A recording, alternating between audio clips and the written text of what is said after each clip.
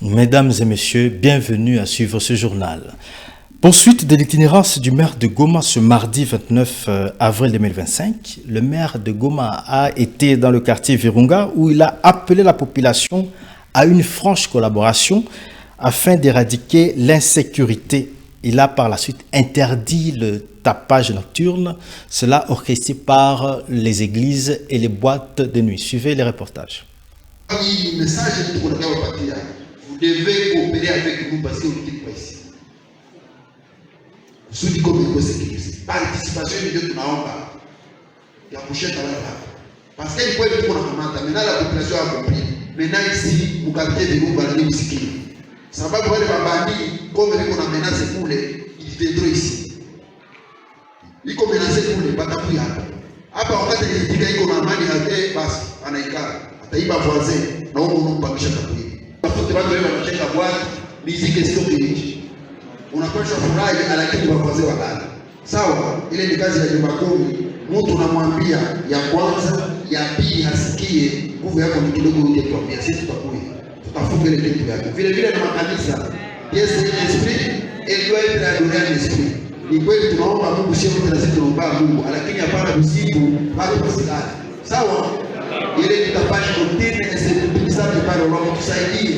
Tunasikilizana, tunapenda Mungu na sisi tunaomba Mungu na tukataze kuomba Mungu mchana tuombe Mungu lakini usiku tuache population ilale ili tusaidie. Une vingtaine de jeunes viennent de s'enrôler dans l'arc armée révolutionnaire congolaise. Et cela, c'était suite à une campagne menée dans le quartier Katoi ce mardi 29 avril. Suivez le reportage. C'est sous cette ambiance que les habitants du quartier Katoi ont prouvé leur soutien au mouvement AFC M23 où plus de 20 jeunes, dont des filles, ont manifesté leur volonté de s'enrôler dans l'armée révolutionnaire congolaise ARC de l'AFC M23 ce mardi 29 avril 2025 lors d'une campagne de sensibilisation menée par l'équipe de mobilisation et de recrutement de la province Nord Kivu. Aucune de ces jeunes recrues n'a été forcée comme ils en témoignent. Hakuna mkazo yoyote.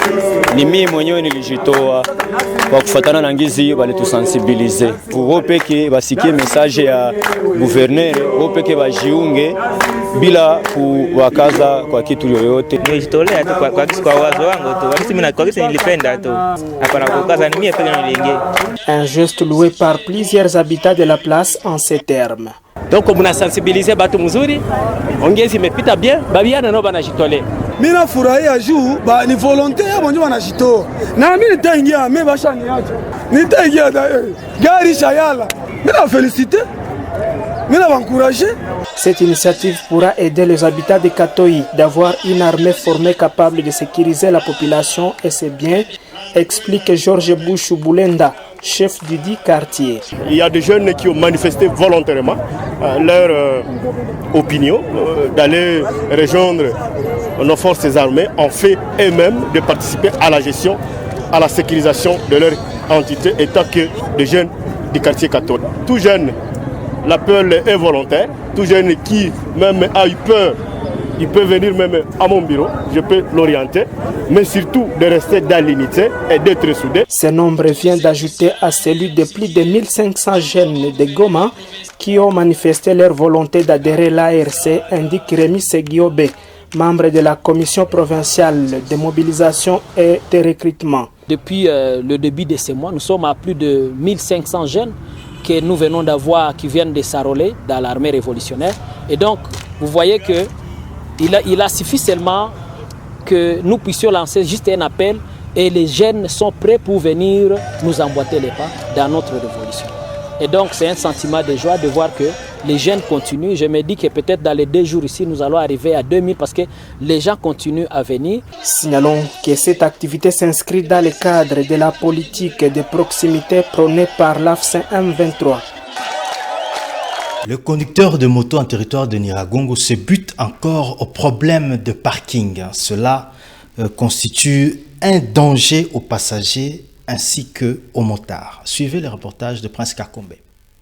L'absence de parking, un casse-tête pour les conducteurs des motos du territoire de Nyiragongo et d'autres motards qui empruntent la route Goma-Rutshuru, les habitants vivant aux abords de la route, les passagers ainsi que ces mêmes conducteurs des motos sont exposés aux accidents qui ne cessent d'être enregistrés au niveau du rond-point qui ici, c'est dans les territoires de Nyiragongo, au nord de la ville de Goma. Ils demandent aux personnes de bonne volonté et surtout aux autorités locales et provinciales de pallier cette problématique avant que le pire n'arrive. Hii ni probleme deja naona moto ziko karibu kufika mubarabara haifurahishe lia riske kupatikane accident imprévu.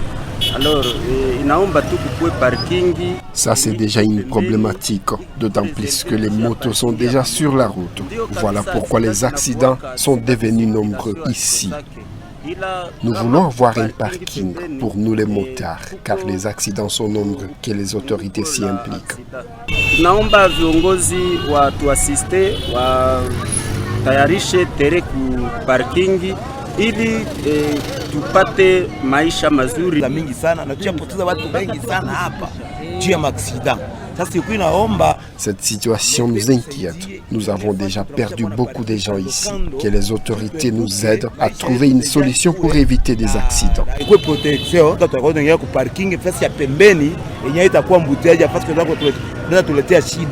Rappelons que face à cette problématique, l'administrateur du territoire de Nyiragongo, M.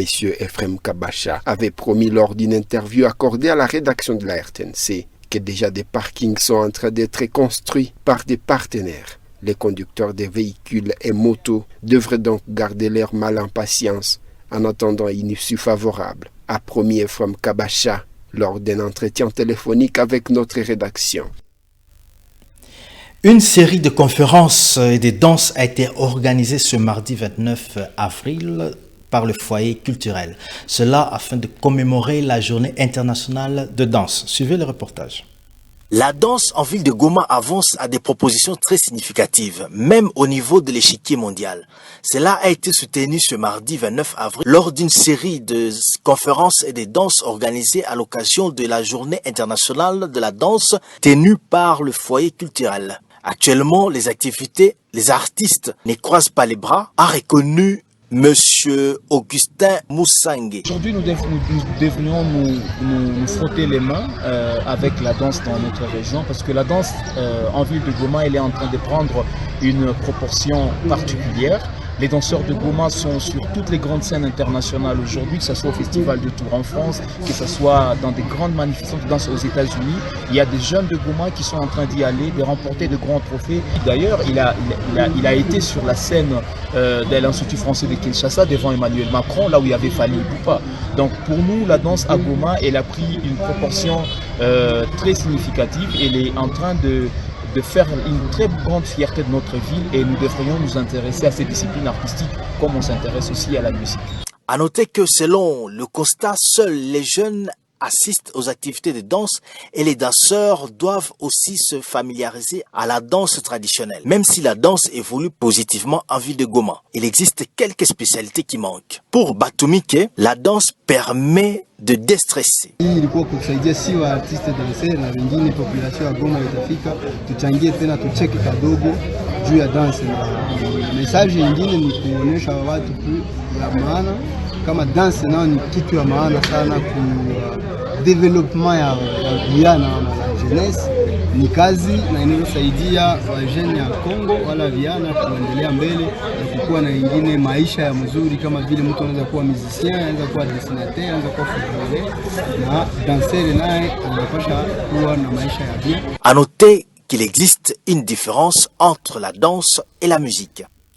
Restons toujours sur cette page culturelle consacrée à la Journée internationale de la danse. Nous allons faire cette fois-ci le zoom sur un art qui est à la fois martiale, musicale et chorégraphique. Il s'agit de la capoeira. Suivez le reportage de Diomar Kevissimo.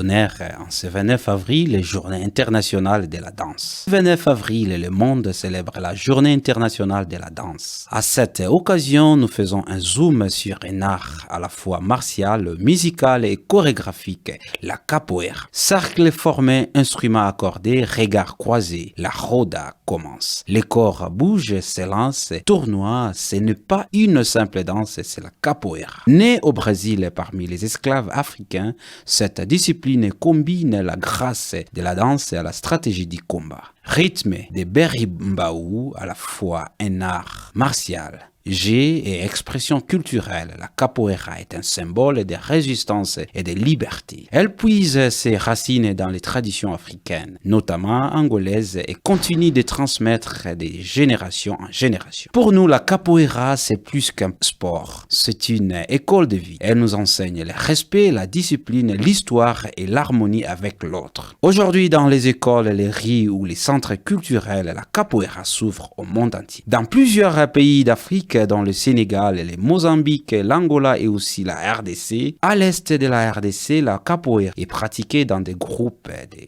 jeunes se réapproprient la capoeira comme outil d'éducation, de cohésion sociale et de valorisation culturelle. Elle est inscrite au patrimoine culturel immatériel de l'humanité depuis 2014. En cette journée internationale de la danse, elle nous rappelle que bouger son corps, c'est aussi faire vivre la mémoire et la culture. Terminons cette édition par l'international où nous vous dirons que la date des débuts de conclave pour l'élection du successeur du feu pape François qui a été inhumé le samedi dernier est connue. Ce sera le 7 mai prochain. Suivez le reportage de Rigobert Bazungu.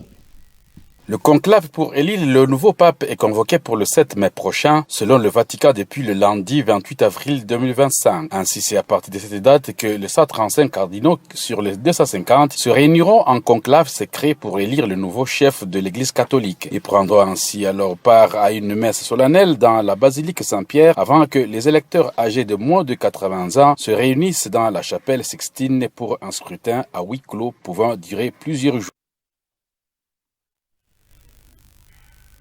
C'est tout pour le journal. Merci de nous avoir suivis.